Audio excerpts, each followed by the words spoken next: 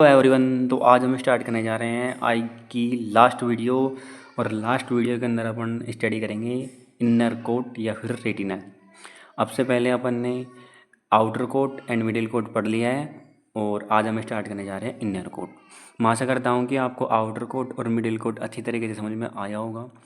उसी प्रकार आज हम पढ़ेंगे इनर कोट। ठीक है, तो सबसे पहले आपको वही लाइन अंडरलाइन करना है जो मैं अंडरलाइन आपको करवा रहा हूँ। ठीक है, उसके अलावा आपको एक्स्ट्रा कुछ भी नहीं पढ़ना, क्योंकि बीडीसी में टू मच डिटेल है और वो अपने कोई भी काम की नहीं है। क्योंकि जो अपने आएगी ना यूनिवर्सिटी के अंदर वो ओनली 10 मार्क्स के अंदर आएगी। उसमें एक डायग्राम और थोड़ा इंट्रोडक्शन आउटर कोट के बारे में, थोड़ा मिडिल कोट के बारे में और थोड़ा इनर कोट के बारे में। ठीक है, तो आओ स्टार्ट करते हैं अपन।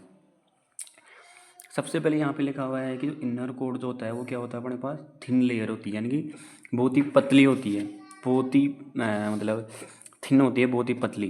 ठीक है, आगे पढ़ते हैं हम।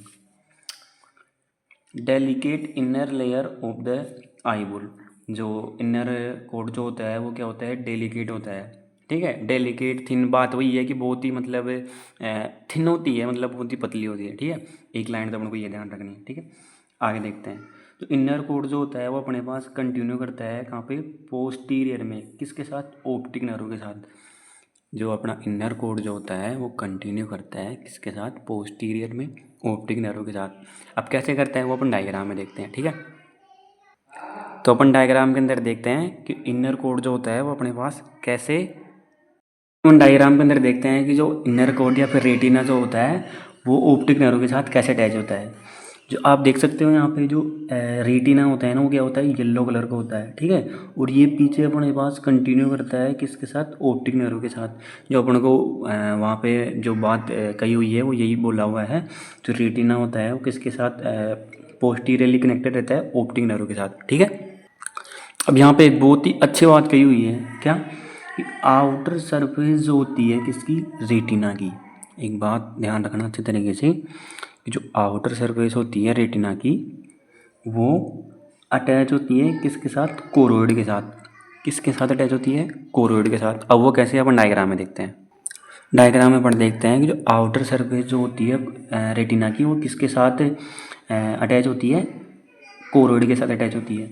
तो आप देख सकते हो कि ये अपने पास येलो कलर में क्या हो गया, रेटिना हो गया। ठीक है, अब रेटिना की जो ये वाली सरफेस होगी ना किसके साथ अटैच होगी, अपने पास कोरोइड के साथ। और आप देख भी सकते हो कि यहाँ पे कोरोइड हो गया, यहाँ पे क्या होगा, रेटिना हो गया। ठीक है, तब आइए अपन आगे बढ़ते हैं।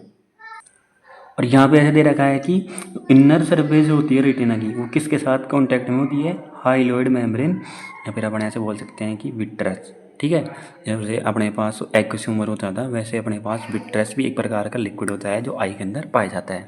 अब डायग्राम के अंदर देखते हैं जो रेटिना की आउटर सरफेस जो होती है वो किसके साथ अटैच होती है और जो इनर सरफेस जो होती है वो किसके साथ अटैच होती है। अभी अभी मैंने आपको बताया था कि आउटर सरफेस जो होती है किसके साथ अटैच होती है, कोरोइड के साथ। और जो इनर वाली सरफेस है वो किसके साथ अटैच होगी, हाइलोइड मेम्ब्रेन। हाइलोइड मेम्ब्रेन का दूसरा नाम क्या है अपने पास, विट्रस ह्यूमर। ठीक है, आ जाओ डायग्राम में देखते हैं। आ जाओ डायग्राम में देखते हैं कि जो रेटिना हो गया अपने पास वो उसकी जो आउटर सरफेस है वो कोरोइड के साथ, ये अपन ने बात कर ही लिया ऑलरेडी। ठीक है, और जिसकी इनर वाली जो सरफेस होगी वो किसके साथ अपने अटैच होगी, विट्रस बॉडी। विट्रस बॉडी की जगह अपन ऐसे भी बोल सकते हैं कि हाइलोइड मेम्ब्रेन। ठीक है, चलो आगे देखते हैं। अब यहाँ पे आगे बोल रहा है कि entrance of the optic nerve, जहाँ से अपने पास ऑप्टिक नर्व एंटर करती है ना वहाँ पे एक अपने पास क्या होता है, एक सर्कुलर एरिया होता है। ठीक है, और उस सर्कुलर एरिया को अपन क्या कहते हैं, ऑप्टिक डिस्क कहते हैं। अब आप बोलोगे कि ऑप्टिक डिस्क कहाँ होती है सर, ये सर्कुलर एरिया कहाँ होता है, तो मैं आपको दिखा रहा हूँ। ठीक है, तो आ जाओ अपन डायग्राम के अंदर देखते हैं। डायग्राम में जो है अपने पास ऑप्टिक नर्व जो है वो यहाँ से क्या होती है, अपने पास एंटर होती है। ठीक है, अब ऑप्टिक नर्व जहाँ पे एंटर करती है ना तो आप यहाँ पे देख सकते हैं कि एक सर्कुलर कप टाइप के अंदर है। ठीक है, तो उस कप को ही क्या बोलते हैं अपन, ऑप्टिक कप बोलते हैं या फिर ऑप्टिक डिस्क बोलते हैं। ठीक है, अब अपन आगे बढ़ते हैं। अब यहाँ पे अपन आगे पढ़ते हैं कि depressed area of the optic disc is called the physiological cup. ठीक है, ऐसे बोल रहा है कि यहाँ पे ऑप्टिक डिस्क जो होती है वहाँ पे एक डिप्रेस एरिया होता है। ठीक है, उसको अपन क्या कहते हैं, फिजियोलॉजिकल कप। ठीक है, यहाँ पे एक साथ सारा समझते हैं, उसके बाद मैं आपको अच्छी तरीके से विद डायग्राम समझाऊंगा। ठीक है, it contain no rods and cones. जो ये अपने पास ये फिजियोलॉजिकल कप जो होता है वो ना तो किसी प्रकार की रोड से बना होता है ना ही किसी प्रकार की कोन से बना होता है, ठीक है। अब आपके दिमाग में एक सवाल आ रहा होगा कि सर ये रोड्स क्या है और कोन्स क्या है, ठीक है। तो यहाँ पे बीडीसी में एक लाइन दे रखी है अपने पास, रोड्स एंड कोन्स जो होती हैं वो क्या होती है अपने पास, लाइट रिसेप्टर होती हैं। किसकी होती हैं, आई की होती हैं, ठीक है। लाइट रिसेप्टर यानी कि जो लाइट को ग्रहण करती हैं, लाइट को ग्रहण करने का काम करती है, उनको क्या कहते हैं, रोड और कोन्स, ठीक है। जो अपने पास कोन्स जो होती हैं वो किससे बनी होती हैं, या फिर ऐसे बोल सकते हैं कि वो किसके लिए सेंसिटिव होती हैं, ओनली कलर के लिए सेंसिटिव होती हैं, ठीक है। कोन्स का क्या काम होता है, कलर को देखना, ठीक है। कलर अपने पास कोई भी हो सकता है, वाइट हो गया, ब्लैक हो गया, ग्रीन हो गया, कोई भी हो गया, ठीक है। चलो अब आगे देखते हैं इधर, ये अपने काम के बात नहीं है। आ जाओ। आपने पढ़ा कि in sense contains no rods and cone, ठीक है। अब फिजियोलॉजिकल कब जो होता है ना वो इनसेंसिटिव टू लाइट, यानी कि लाइट के प्रति क्या होता है, इनसेंसिटिव होता है, ठीक है। इसलिए इसको अपन क्या कहते हैं, फिजियोलॉजिकल ब्लाइंड स्पॉट, क्या कहते हैं अपन इसको, फिजियोलॉजिकल ब्लाइंड स्पॉट, ठीक है। अब इस फिजियोलॉजिकल ब्लाइंड स्पॉट के साइड के अंदर ही एक और डिप्रेशन होता है, उस डिप्रेशन को अपन क्या बोलते हैं, मैकुला लूटिया बोलते हैं, ठीक है। अब मैकुला लूटिया के सेंटर को अपन क्या बोलते हैं, या फिर अपन ऐसे बोल सकते हैं कि मैकुला लूटिया जो होता है उसके सेंटर में, या उसका सेंटर जो होता है फर्दर डिप्रेस्ड होता है, उसको अपन क्या बोलते हैं, फोविया सेंट्रलिस बोलते हैं। क्या बोलते हैं, फोविया सेंट्रलिस बोलते हैं। और फोविया सेंट्रलिस जो होता है अपने पास किससे बना होता है, कंटेन कोन्स ओनली, ओनली जो ओनली किससे बना होता है, कोन से बना होता है, ठीक है। और ये जो होती है site of maximum acuity of vision, यानी कि सबसे ज़्यादा देखने का काम होता है वो यही होता है, ठीक है। आगे बढ़ते हैं अपन। तो आइए अपन इसको और भी आपको अच्छी तरीके से क्लियर करता हूँ।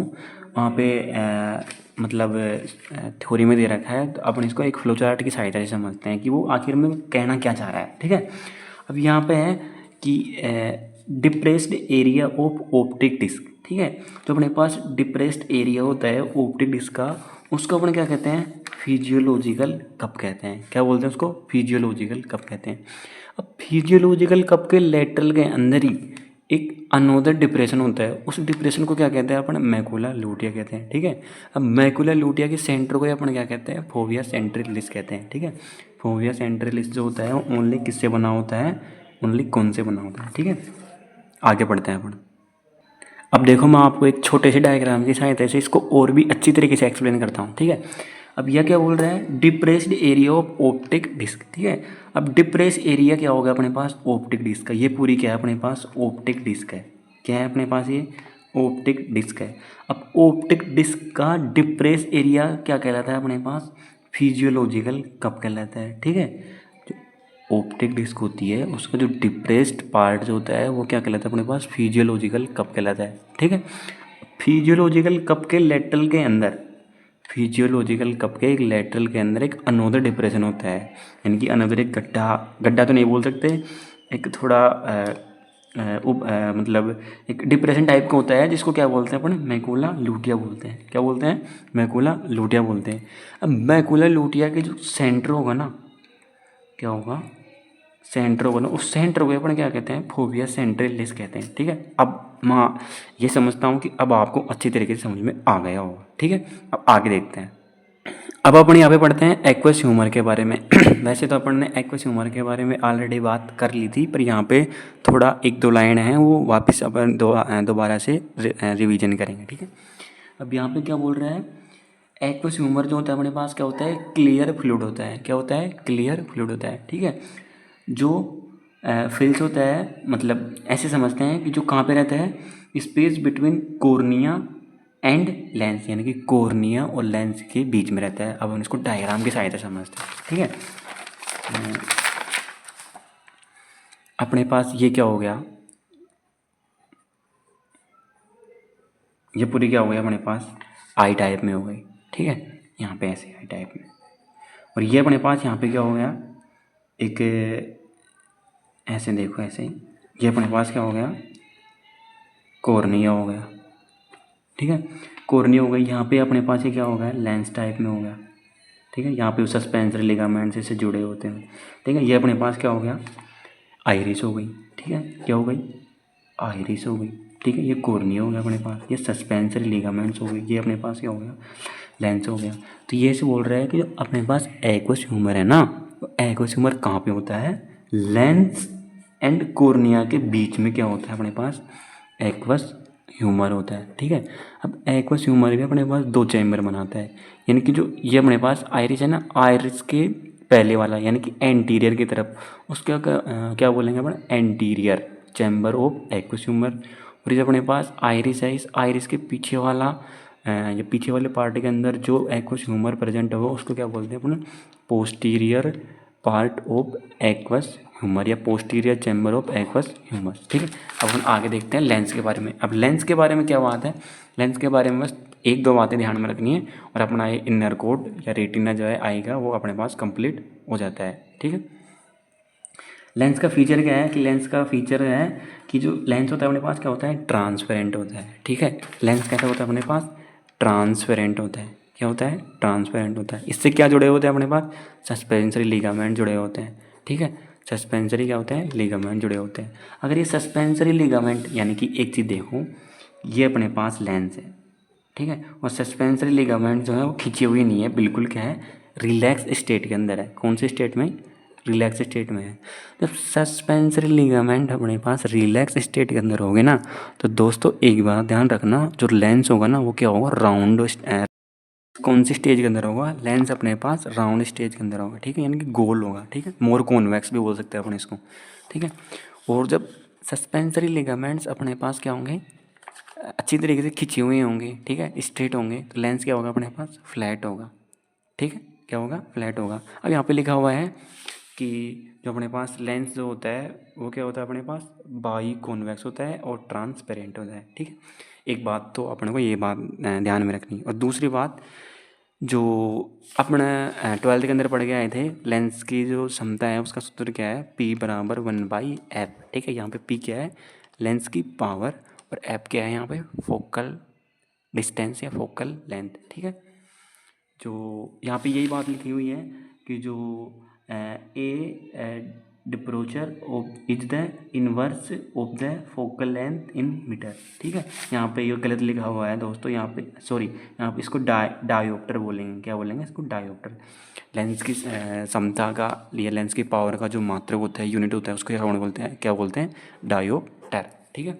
डायोप्टर कितनी होती है आई की, यहाँ पे बता रखा है कि 15 dioptre to the total of 58 dioptric power of the eye, ठीक है। ये इतनी बात इंपॉर्टेंट नहीं है, अपन को ये चीज़ ध्यान नहीं रखनी, ठीक है। ये तो बस ऐसे नॉलेज के लिए थी।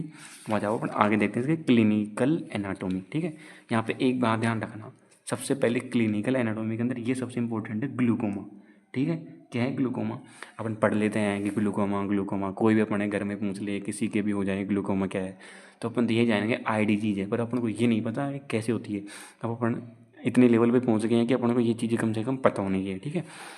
तो ग्लूकोमा का अगर ग्लूकोमा के बारे में अगर मैं आपको बताऊं, तो यहाँ पे लिखा हुआ है कि प्रोडक्शन ऑफ एक्वस ह्यूमर। एक बात यही ध्यान रखना अपने पास कि मैंने आपको फर्स्ट लेक्चर के अंदर भी समझाया था कि कैनाल ऑफ स्केलेजम जो होती है, ठीक है, कैनाल ऑफ स्केलेजम जो होती है, ये अपने पास क्या हो गया, लेंस हो गया, ये क्या हो गया अपने पास, सस्पेंसरी लिगामेंट्स हो गई, ये क्या हो गया अपने पास, आइरिस हो गया, और ये अपने पास क्या हो गया, कॉर्निया टाइप में हो गया, ठीक है।